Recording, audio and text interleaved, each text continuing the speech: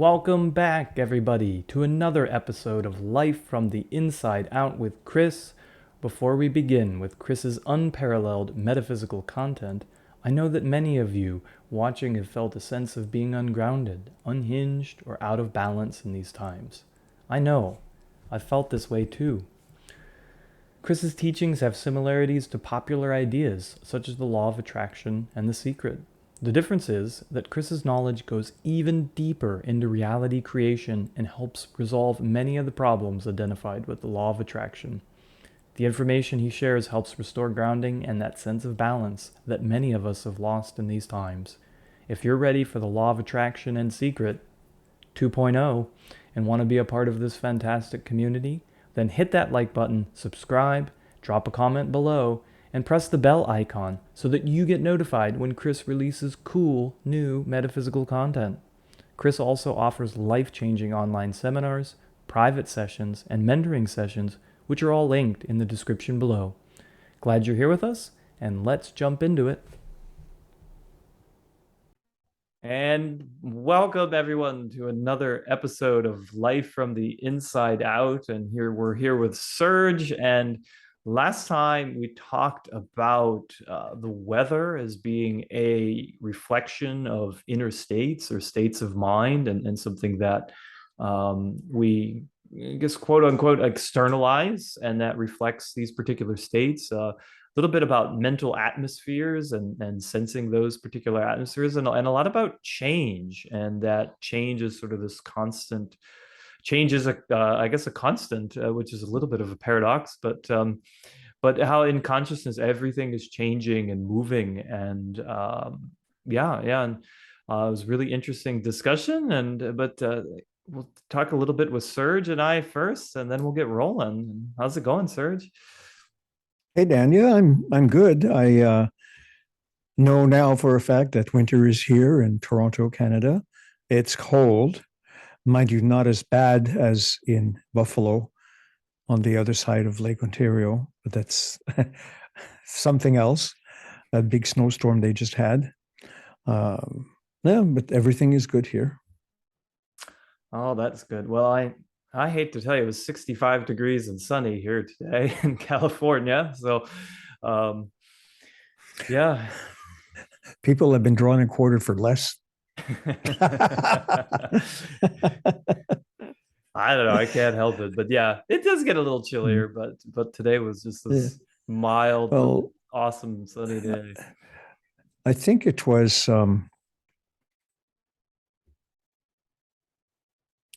winter 78, 79. I was living in Ottawa and I went to San Diego for the second time. And I was so surprised. I had never experienced up until that time a, a winter without snow. I was in Southern California, San Diego.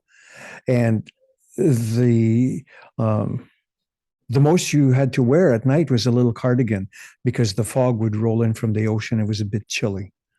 Like to me, it blew my mind that, oh my God, it's not like 40 below here because it can be that way in Ottawa. And I'm talking about Fahrenheit now. It'd be Yeah, like yeah. that in Ottawa. So that was a beautiful experience. And ever since then, I've always loved Southern California. It's just a nice place to be. Yeah, well, I'm a little north of there, but it's still pretty mild, I have to say. And yeah, it does take some getting used to. It's still 3 years later. I'm like, "Oh, what is this? What is this fall?" Hey, I But could get used to yeah, that.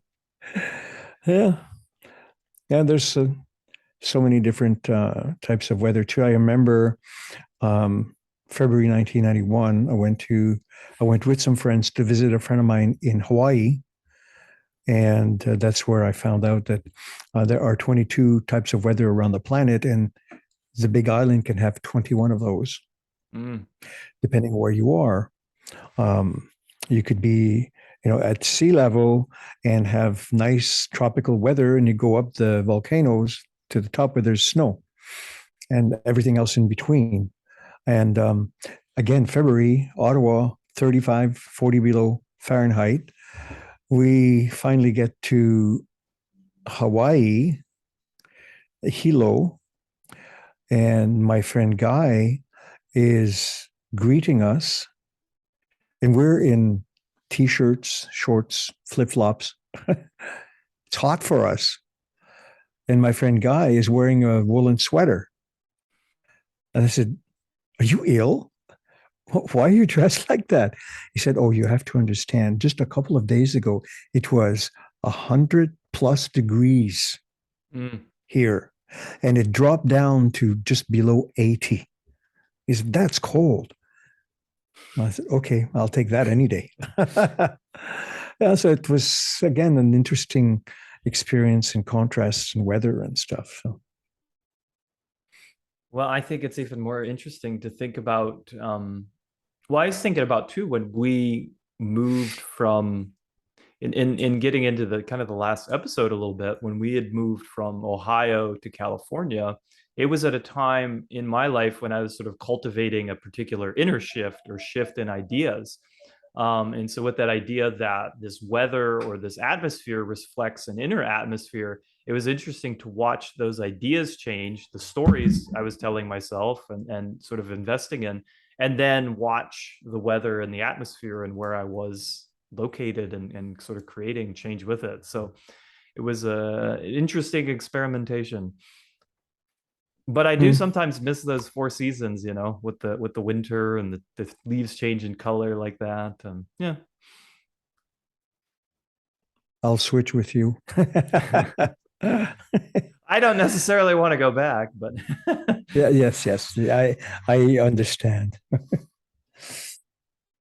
Yeah. Yes, California is quite a nice place. I've been a few times and absolutely love it.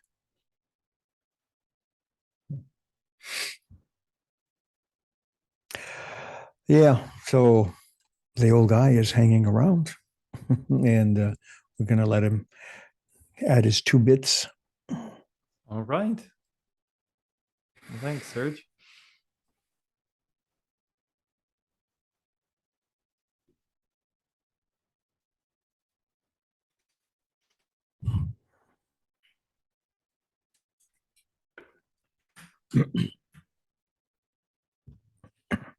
Now we trust that you are comfortable.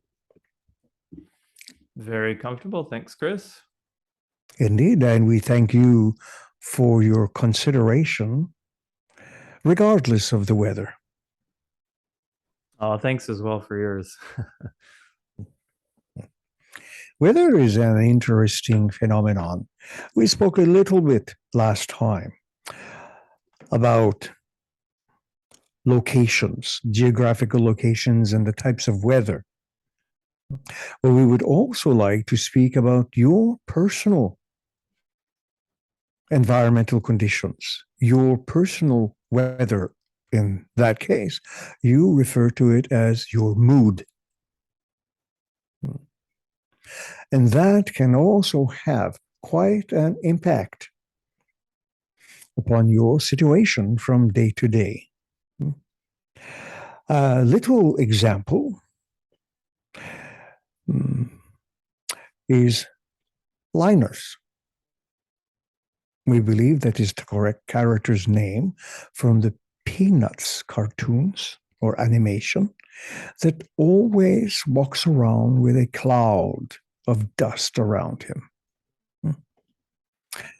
It might be funny to some people, and at the same time, it does express how some people may feel during the course of a day or weeks or months of their lives.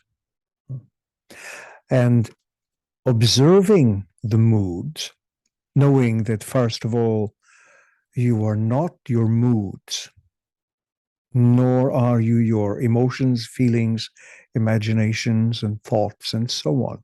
You are none of those things. But your society does not teach how to understand and manage those particular tools. especially to teach how they can be utilized as a source of and an anchor for empowerment. And then when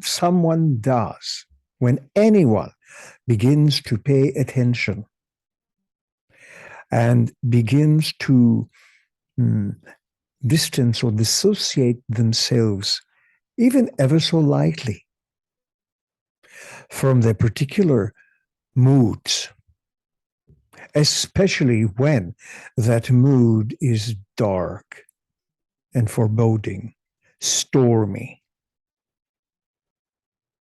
you are at an advantage, of course, by recognizing this, instead of being swept up into the mood and acting it out.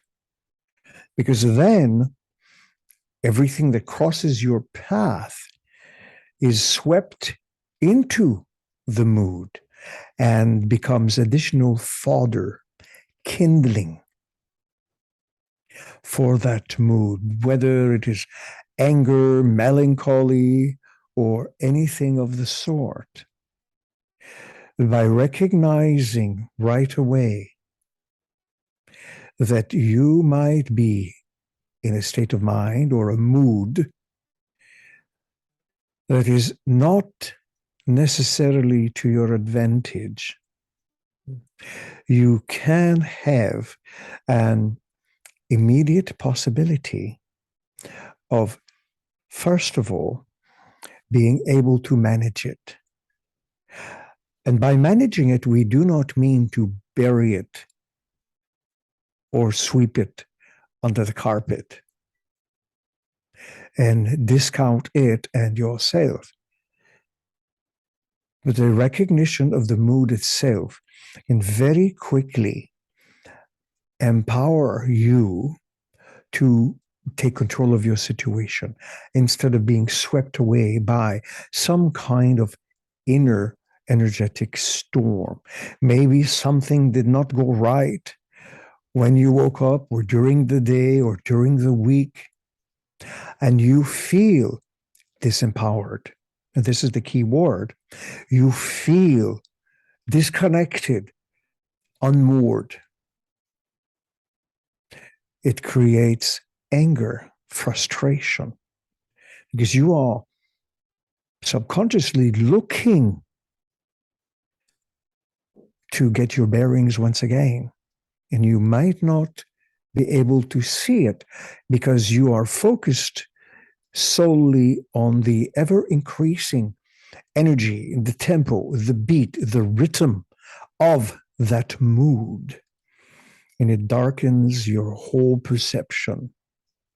So you inadvertently end up being swept away by that kind of experience. And being swept away adds an extra layer of basically, I am not in control. What the heck is happening to me? I am angry and lashing out at everything and everyone.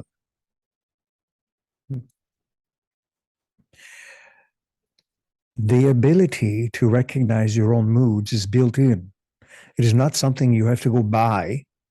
It's not going to be sold by any kind of motivational guru, nor in books, nor on YouTube or TikTok. It is hardwired into your human psychology. But you have simply not been taught, nor are you accustomed to reining it in when it rears its head. And again, we want to emphasize the point is not to cut off that kind of energy. It is communicating it. You are utilizing it to tell yourself something very important. Mostly that somehow or other you're feeling disempowered or powerless in front of some kind of situation. So though you are perhaps lashing out at someone or something, you are ultimately lashing out at yourself. So by making a concerted effort to even program yourself to act before the mood completely sweeps you away. Because it is one thing to be swept off your feet, but not this way. So you don't necessarily want to stay in that kind of a state of mind for hours or days on end, but you would like to find closure with it, with the issue that you might be dealing with. So programming yourself to recognize, to basically have an inner radar literally beep you, for lack of better words, when you see and start feeling the inner turmoil, that storm is brewing. You can quickly acknowledge the situation. You can then address it in a variety of ways, whether you utilize breathing and centering or EFT or other means. And then you accept who you are with love, compassion, and consideration to let those stormy clouds pass so you can then again see the light of your day. So empowerment in this even very simple approach can have a significant impact in how the rest of your day is metered out. And it can easily spill over into the following days. And again, it is not necessarily to say that if you do get swept up in such a situation that you've failed. You keep working with your own self in such a way that you can quickly acknowledge, address, and accept yourself. The AAA, which we spoke about previously. And in this way, regain your composure and move on with your day, move on with your experience, and create a much more beneficial and fulfilling experience. It is not that perhaps anger or frustration or melancholy take away any fulfillment. It is, however, a necessary communication that you might be heading for something less fulfilling. So moving back to center in the moment, instead of railing in your mind and raging about this and that, you can easily go back to being a centered individual, enjoying your day, and feeling much better about yourself. Does that make some sense to you? It does. I was thinking about, Chris, like our body has a reflex. If you put your hand on like a hot plate or something like that, it automatically is you're gonna withdraw off of it. I often think of some of those and it's an unpleasant feeling, and I guess you could think about that being a less fulfilling reality, to have your hand burned or injured. Are those some of those feelings like the melancholy and stuff like that? Are they kind of like that reflex saying like, hey, you're heading to something less fulfilling? Can you think of it like that, or is there a better way? There are certain situations, such as we suggested, uh, turmoil, a storm is brewing internally, mentally, emotionally, and otherwise. There is something to be said for creating a particular sharp edge of experience, a contrast, which may indeed give the individual a particularly sharpened or heightened sense of experience. But again, it is one that utilizes and drains mental and bodily resources. But it does provide a sharp contrast and heightened awareness of some of your own energies.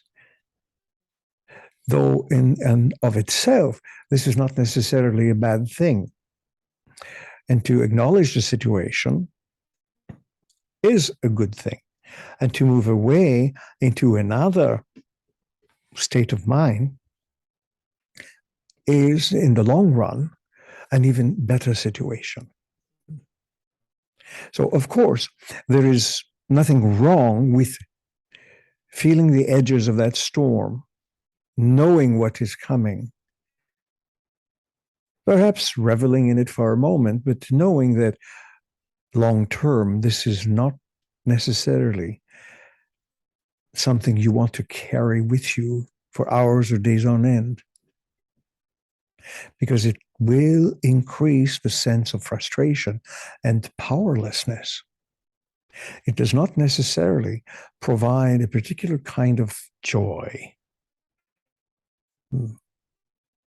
Does that also make sense to you? Yeah, I follow that. So, yes, there is this built-in mechanism that can be utilized, tapped into, if you like, or activated, so that when such a situation arises, you can put into action certain other, say, backup states that help you deal with the situation much more rapidly, instead of mucking around in it for days on end, so that you simply draw or attract more of the same. And that is the whole point. To stay in that same mood for a long time is a definite disadvantage. And if you do not necessarily address the situation properly, it may come back time and again. And at that point, it may present a bit more of a difficult situation to manage. So you have this hardwired propensity and early warning system that you can utilize, just like you can look at the clouds far off into the distance and say, yes, there is a storm out there and it is coming this way. Take shelter. Yeah, You Chris, know your own fields of energies and moods. I was going to say there was kind of a big aha moment for me when I was exploring this. We've talked in the last couple episodes about particularly feelings of worry. And I know when they come up for me, they come up very viscerally. And one of the major breakthroughs for me was to stop judging them, to stop thinking of these potentially unpleasant feelings as good or bad. This is a bad feeling.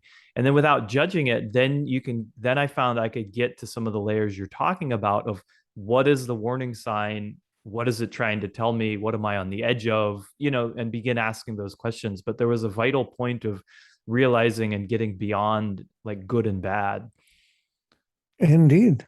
And what we have suggested is not that these particular states or dark moods are out to get you or they are negative. They are just a particular communication from your emotional feeling states, alerting you perhaps to a situation that is not working out for you or that needs to be recognized and properly addressed. So acknowledging it, addressing it, and accepting your own self provides a very good little weather control center, if you like. And everyone has their own particular, unique states, their own inner weather. And one's inner weather is not necessarily meant to always be sunshines and daisies. Because you need storms, you need water, you need rain, you need wind. And these are just small analogies for other kinds of states. But the idea is to not block yourself or consider yourself inferior or that you have failed at something. But instead, this is a communication. This is an emotional memo that says, hey, something is going on here, and it is not working with the alignment of your original intent. Please carefully look at this, and you will feel so much more empowered simply by such a simple approach.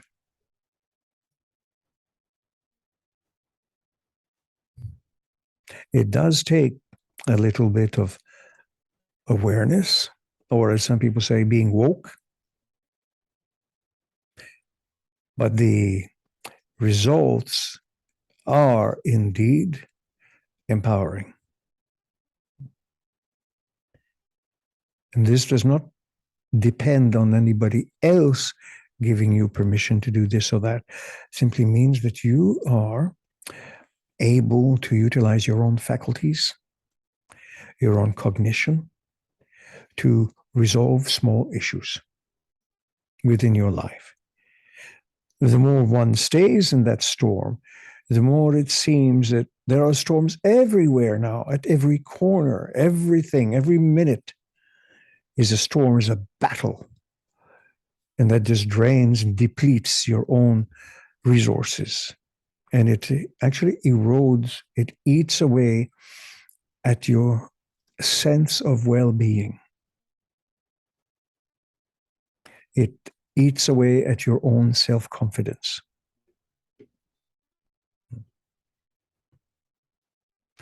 And one can even have fun doing this, simply by realizing, oh, I sense that inner storm coming. Let me see what this is about and take care of it.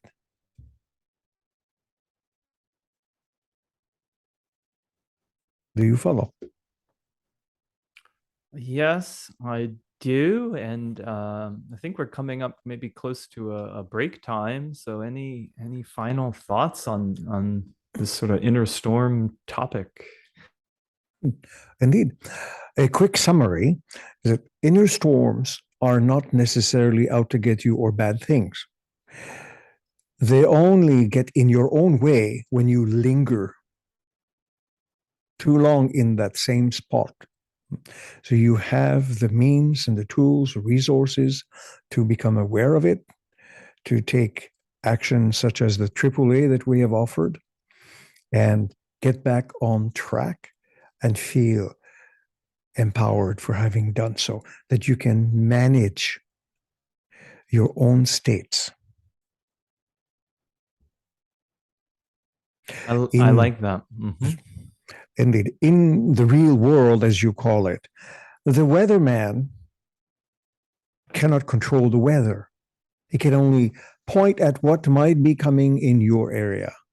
Sunshine, a storm, rain, whatever. But as your own inner weatherman, you have the magical ability to actually manage or control that kind of weather without discounting or suppressing anything. So with that, we thank you for your consideration, and we return Joseph to you. Thanks, Chris. Thanks for watching, and if you would like to leave a question for Chris, drop it in the comments below. Myself, Serge, or someone from the Chris team will be checking and may use them to drive the discussion, put them in future episodes. So if you'd like to interact with the Chris community, feel free. Put your questions below, and we'd love to hear from you, and see you again next time.